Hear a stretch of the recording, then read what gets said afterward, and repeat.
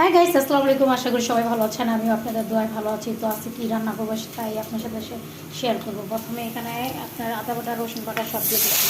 তারপরে চিনি মাছটা দিয়ে কষাবো।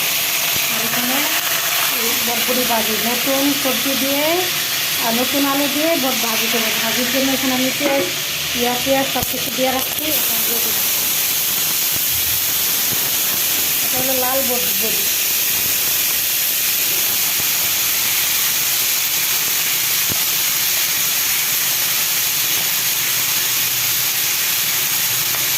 আশা করি আজকে রান্নার ব্লগটা ভালো লাগবে। শেয়ার করেছিলি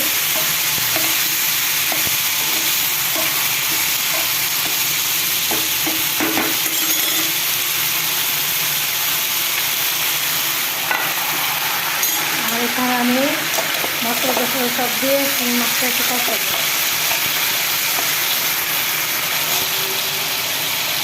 পরিমাণ মতো হলুদ,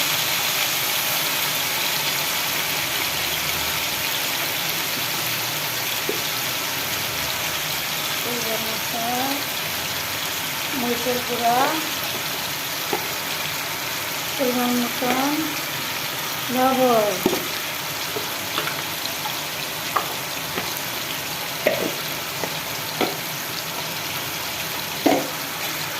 সব দিয়ে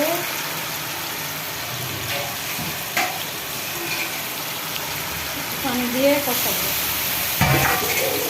চিংড়ি মাছ দিয়ে নতুন আলু দিয়ে রান্না করবো। যে মজা লাগে, এখন তো শীতের শীতের সিজন, চিংড়ি মাছ দিয়ে আলু দিয়ে ঝোল ঝোল খাইলে যে মজা লাগে একটু ঠান্ডা হলে।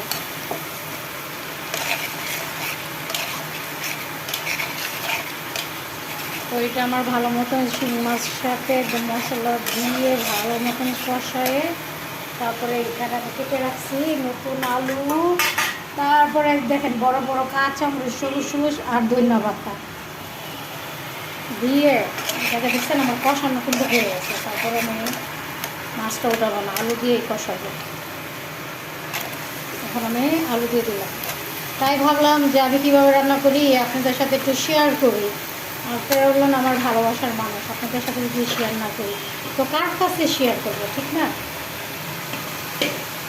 তো এই যে এখন এটার সাথে মশলাটা আলুর সাথে ভালো মতন একটু কষিয়ে নিব।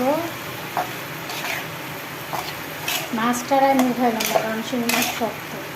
একদম ভালো করে এটার সাথে কষায় সামান্য পরিমাণ মতো একটু পানি দিব, যাতে এই পানিটা দিয়ে যেন এটা কষানো হয়।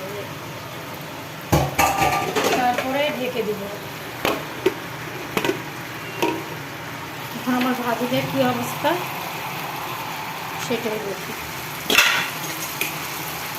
আমার ভাজিটা আস্তে আস্তে হয়ে যাচ্ছে।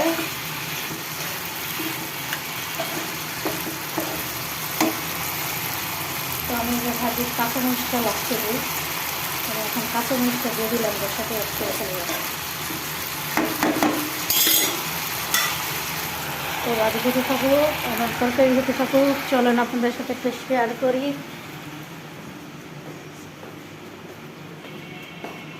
ঘর বাড়ি গোছানো হয়ে গেছে, প্রায় বিছনাবাড়ি করে ফেলছি, ঝর্ণাপথ নাই। এই যে আমি, আমার কোনো ক্যামেরাম্যান নাই। আর বাইরে শীতকালের দিন দেখছেন ওয়েদারটা কীরকম, মনে হয় মেঘলা মেঘলা মেঘলা, কিন্তু আসলে না, শীতের কালের এরকমই দিন যায় মেঘলার মতো।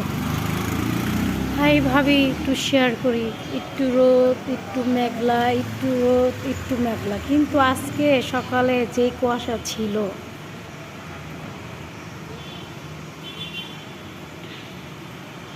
তো সাথে এটা পানি ফল নাকি ফল যায় না, যে কাটা কাটা এই গাছটার ফুলগুলো অনেক সুন্দর লাগে। এই দেখেন কতগুলো পানির ফল নিয়ে আসলাম, এই যেগুলো পানির ফল, এই যেগুলো সব পানির ফল।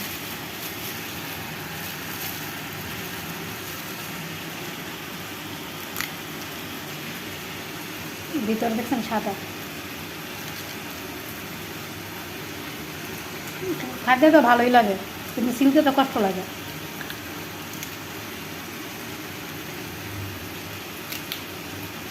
এই দেখেন আমি খাইতেছি,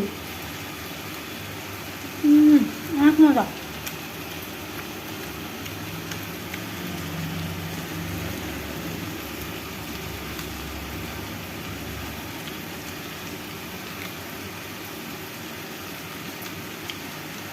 কাটার মতো দেখছেন, তো খাইতে গেলে সাবধান। দেখেন কাটা আমার হাতে বিঁধে গেছিল, এই দেখেন।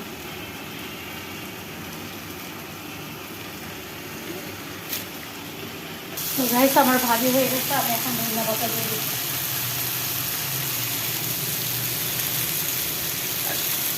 আর এখানে মশলা দিচ্ছেন, কালারটা কি সুন্দর হয়েছে শিঙি মাছেরটা, এটাও কষা হয়েছে। আমি একটু গুঁড়ো দিয়ে দেবো। এছাড়া আমার মাছ কিন্তু একটাও ভাঙে নেই, অনেক সুন্দর কষানো হচ্ছে। আমি সেই জন্য মতো বানিয়ে দিলাম।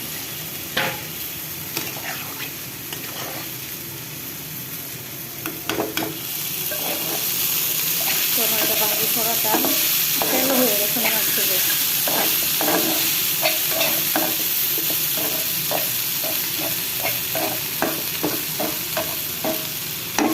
তো কেমন হচ্ছে কমেন্ট করে জানায়েন। আর শিঙি মাছের তরকারি তো এই এখন কাঁচা মরিচ আর ধনিয়া পাতাটা দিয়ে দিব।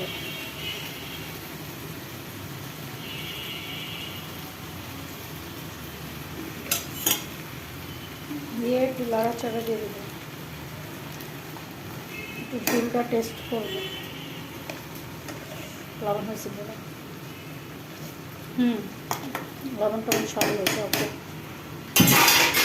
তো আজ এই পর্যন্তই শেষ করলাম। আমার ভিডিও ভালো লাগলে লাইক, শেয়ার, কমেন্ট, সাবস্ক্রাইব করতে ভুলবেন না। Bye bye, tata.